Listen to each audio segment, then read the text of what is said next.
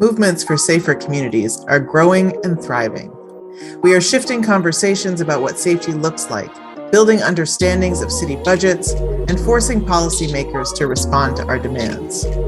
We are fighting to divert resources from the violence of policing to addressing the root causes of rising violence through violence prevention and interruption, healthcare, housing, education, employment, income support, and youth programs that can actually produce public safety. We are led by survivors of violence and criminalization. We are fighting for economic justice.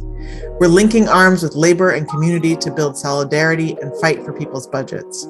We're lifting each other up, learning and strategizing together to build movements that will sustain our future. We are connecting across movements for racial, gender, reproductive, disability, migrant, and climate justice, and building political formations to fight for and grow the communities we deserve. We are imagining and practicing new futures. This is not the whole story of movements to defund and divest from policing and invest in community safety. It is a snapshot of ongoing organizing and inspiration to dig deep, double down, continue the fight for the world we want, and a glimpse into the world we are dreaming into being.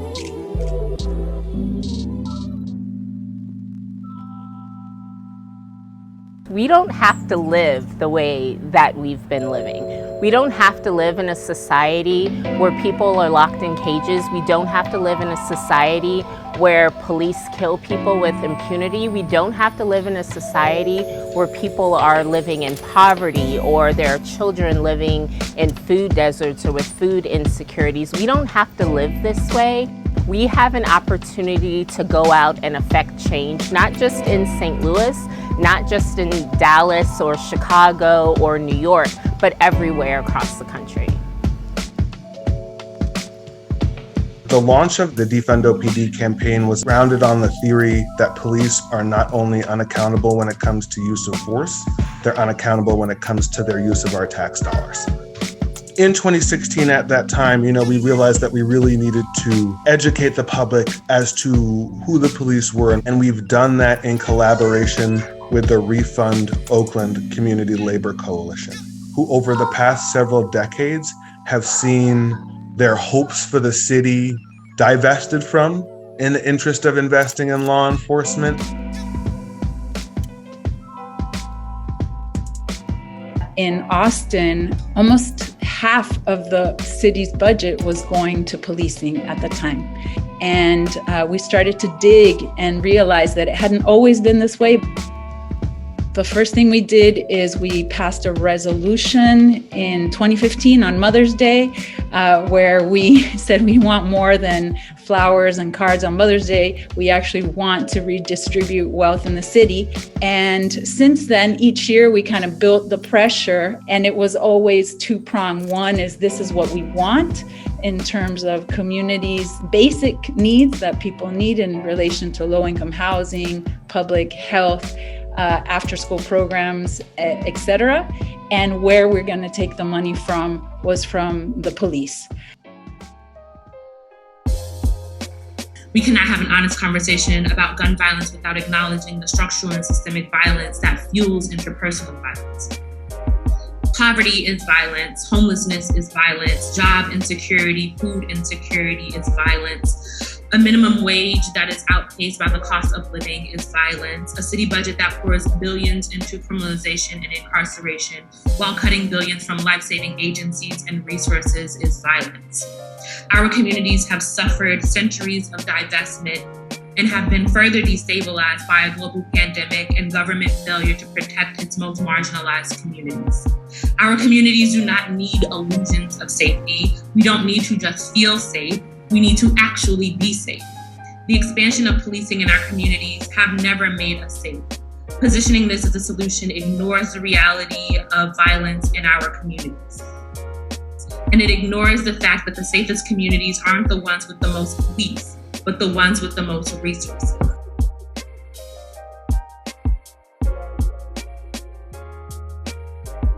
We came together at George Floyd Square, which is the corner of 38th in Chicago, where George Floyd was murdered, and held a festival that we called the People's Power Love Fest. And at it, we crossed the finish line to collecting the required 20,000 signatures for us to put forward a ballot amendment that would remove the police from our city's charter, which is essentially our city's constitution, and replace it with a Department of Public Safety that would use a holistic approach to public safety that doesn't default to police.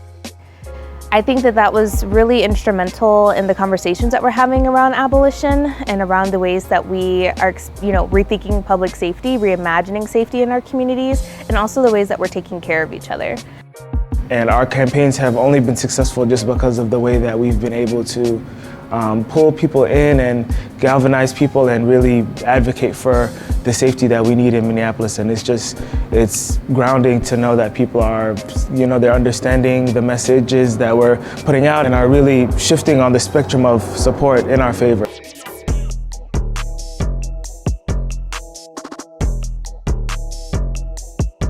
Project that I am most proud of so far is Liberate MKE. We launched it during our Juneteenth celebrations, a huge big celebration in Milwaukee, when we came together and we told Milwaukee residents that we were here to liberate Milwaukee from police and defunding the police. We had an ask that we divest $25 million from the Milwaukee Police Department and invest that back in our communities. We're able to educate folks on the budget. We're able to raise folks' analysis and start the visioning session of what a world with less police and eventually without police would look like. Before we started our campaign, 5 or 6 people would come to the budget hearings. When we launched our campaign, it was packed to capacity. It was so many people ready to testify, and they were all saying liberate MKE and defund the police.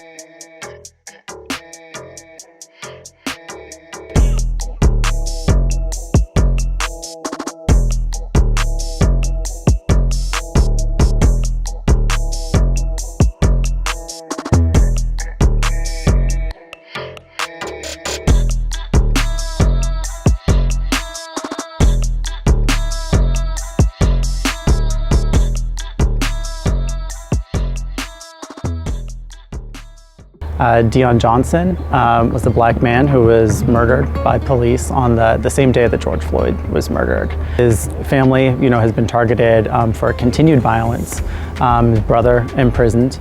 On the anniversary of his death, we held a fundraiser concert and were able to raise over $10,000 to help with his brother's legal fees. When I think back to this time last year, the Defund, Re-Envision, Transform campaign was very new, and we had a brand new mayor. And we are once again advocating for no more money being given to the police. And we were able to organize people in our city and our community and our neighborhoods to come out and show up to that Ian Day meeting and advocate for what they wanted to see funding invested in. She immediately defunded 98 vacant positions from our police department, which resulted in $4 million being invested in people, communities, programs that increase the quality of life and well-being for people in our neighborhoods.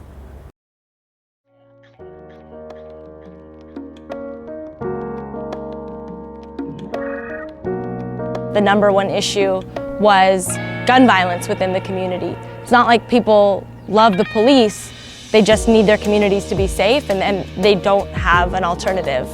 And so we really came out of that really committed to figuring out how we could build out a viable public safety alternative in our community. We have a free urgent care clinic. We have youth programming where we're bringing young people together to actually help them process the violence that they're experiencing on a day-to-day basis in order to stop the cycle of violence, and is building our actual capacity to be able to fight for policy solutions that move more money away from the police, more money away from incarceration, and more money into the community alternatives that are really having an impact on the community and actually reducing violence.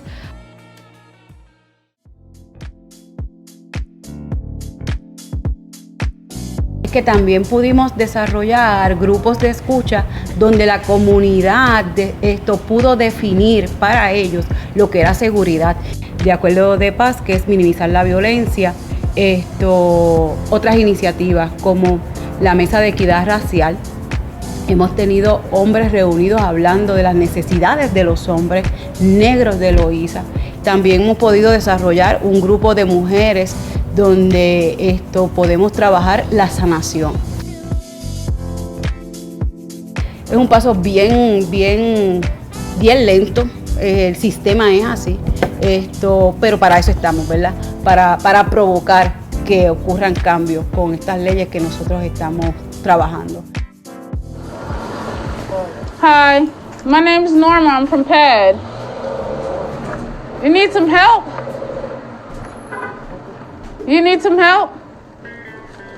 Because we don't want the police to come along and take you away for something that's not necessary. You need some help?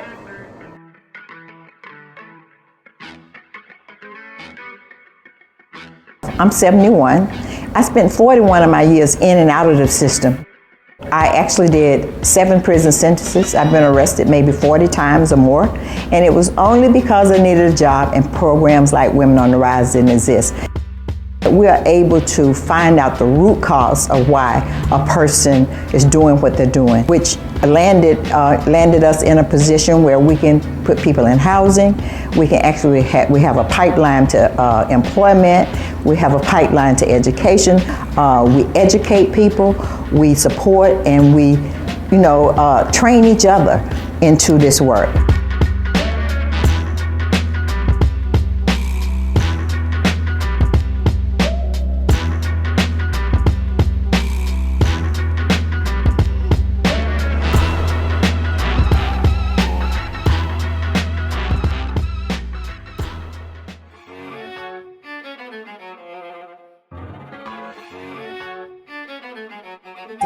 Your time is up. Thank you. I want to be safe.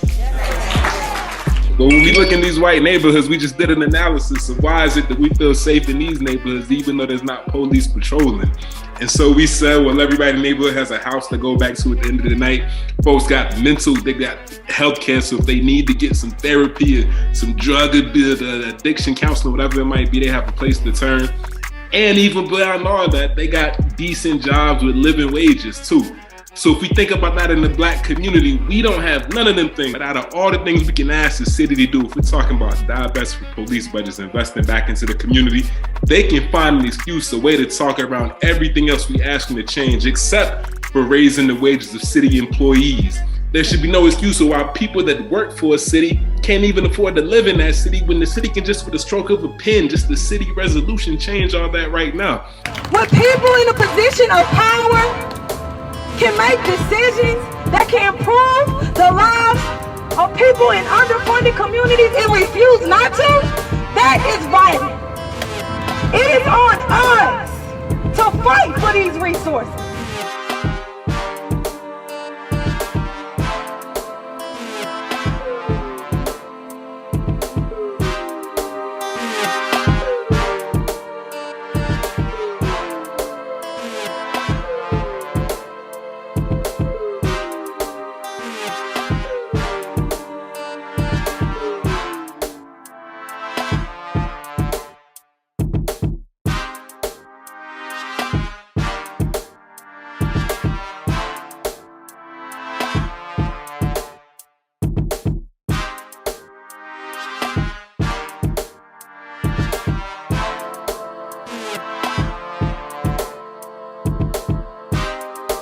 And I think that when we think about wins, we really have to be mindful to not be transactional. We really have to be mindful to be rooted in community.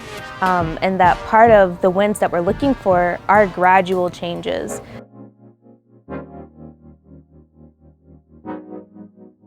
I mean, we just went through like a huge movement moment where 26 million young people were out in the streets around police violence. And that was such a whirlwind moment. We were so kind of focused on the work we were doing in Florida, inspired and obviously moving in formation with a movement across the country.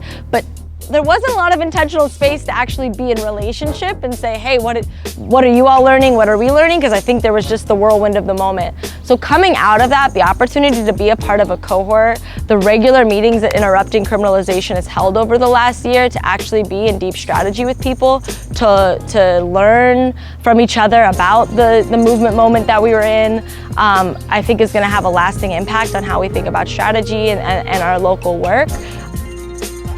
We learn what they do in Milwaukee. We learn what they do in Tennessee. Even though we're working on the same things, they got different strategies. And so we come together and we learn about each other's strategies. Even though I know a lot, I've been doing this stuff for maybe 14, 15 years, I hear stuff from the younger group here that I never would have thought of. And having those conversations with people in different cities to talk about those overlaps and those differences. In so many ways, they can be foreshadowing of obstacles to come. I know I've definitely had that experience in the last 2 days. And they can also be a foreshadowing of victories that are coming as well, because some cities are really just way ahead of the game. Just hearing all the work that they're doing and the fact that they're pushing the needle and the fact that they're super, super dedicated to doing this work is truly inspiring, especially in the days where I'm depleted. Because there was a small point in time where I felt like maybe I'm not the right person doing this work because I wasn't necessarily seeing all the changes, but just being here really has reignited that fire. It's hard doing organizing because, you know, there are rises and falls, you know, in the work, but being in the space and engaging with other people who are doing this work, it's so meaningful and so impactful because you recognize you're not alone in this. We have to keep building that until we build our way out of this and into liberation, because there's no way to do it without the foundations. Like the folks in the 60s, 70s, 80s, 90s, all of the people that came before me, they built it for us. And it would be a disservice to them if we just stopped. We have to keep continuing it, and we have to keep thinking that it's not for nothing. It's to help the next generation. I want my kids and grandkids to have a better opportunity and be more free than I was. Right now, I think we get caught up a lot of times in very particular, very specific single issues, right? And what has happened is a sort of level of anti-intellectualism that's happened where we don't actually study the systems that allow these things to happen and build towards eradicating. And that also comes because most of our struggles, if not all of it, are led by nonprofit organizations that are still beholden to the same people you're talking about, right? That we have to eradicate. And so you need to build independent political organizations that can give you the political foundation and the line, right, that you follow and then build your strategy off of. And then you don't take these things out of context, right? So everyone says like anti-capitalism. Can't define what capitalism actually is. Can't tell you what a class is to understand that we're in a class struggle that goes beyond across racial lines, that goes across gender lines, right? But we get caught up in representation. We get caught up in these small silos because we're funded that way, because the media pushes it that way, right? But because of a lack of true political education around what that means, that is allowed to happen, and we stay fragmented, right? And so the only way to actually, you don't hold them accountable to everyone's fault, you destroy them. You destroy the system that allows them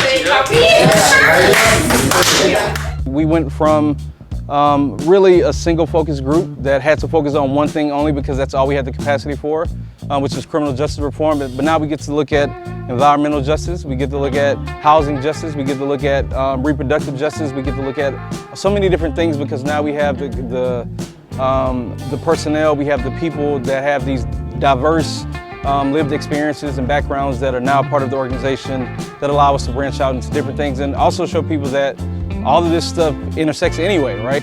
We were also able to network with so many other organizations that are doing work in Salt Lake City and collaborate with environmentalist groups, gender violence groups, and people who are on the ground protesting all the time, and we were able to support them to keep their organizations going as well and promote their work.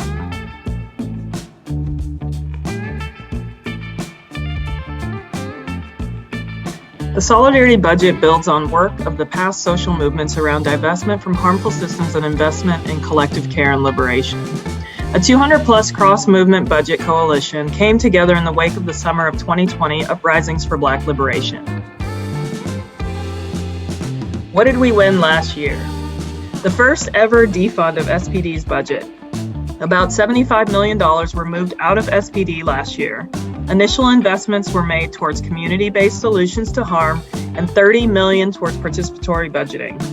A reversal of harmful cuts to vital public services and investments in transit, housing, Green New Deal, and more. We're sticking to our demand to defund SPD by 50% because we know who benefits if we back off.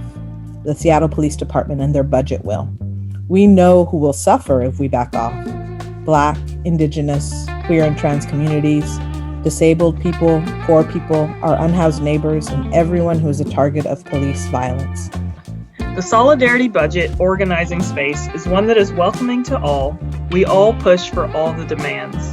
This is a community effort, as we saw last summer, when we work together, when we move together, when we're in the streets, we can win some things.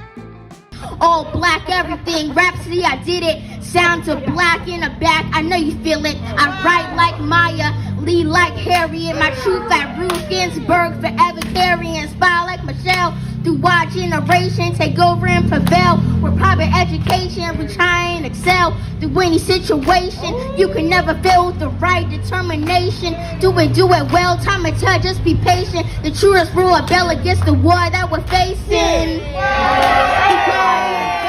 Time to open arms, get in line and embrace it.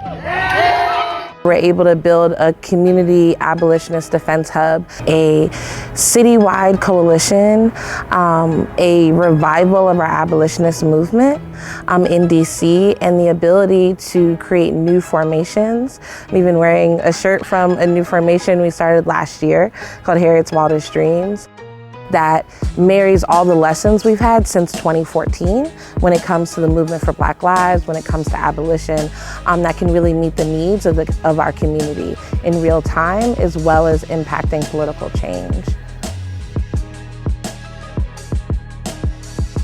I've been working on police and alternatives policing since I was a youth, and it's been almost 30 years, so it's a long time. And never in my lifetime did I think we would have an opening like we've had with the questioning and call to possibly defund police has become mainstream.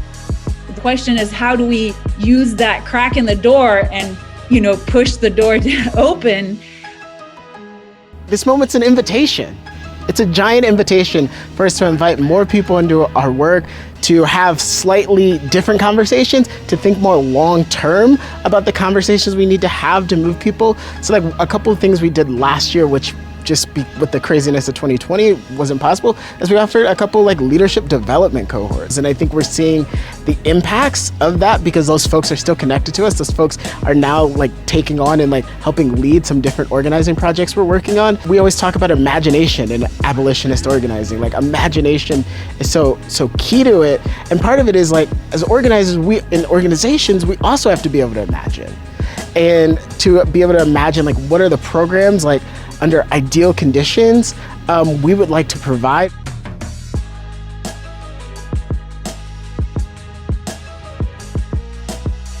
The greatest advantage is that as organizers, we can't move faster than the speed of the people.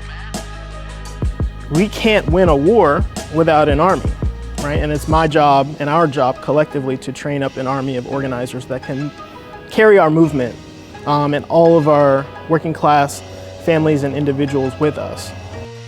Right? And that doesn't happen in a year or 2 years. It happens over a long period of time. And so it's really important to continue that investment so that progress can be actually made.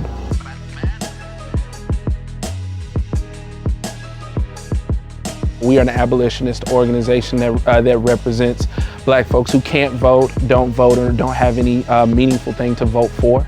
And we're looking forward to building power in the city and creating relationships with folks outside of the city, because we understand that this is not a Nashville only fight. This is a national fight, and this is also an international fight, because we're trying to create a world where people's needs are centered over things like profit or things that ultimately would destroy the environment and society as we know it. We can actually not only build the world that we want in the future, but live in it now. The thing that I'm excited about for the future is really reaching more people, spreading the gospel of abolition and divest, invest to more people deeper in our communities until we get to the point to where we don't have to worry about anyone advocating for more police. We don't have to worry about anyone wondering where they're going to get their next meal from, or where, you know, their child is going to get their next set of school supplies, or how they're going to pay their electric bill, you know, how they're going to buy food, how they're going to make rent, where they're going to get their health care from.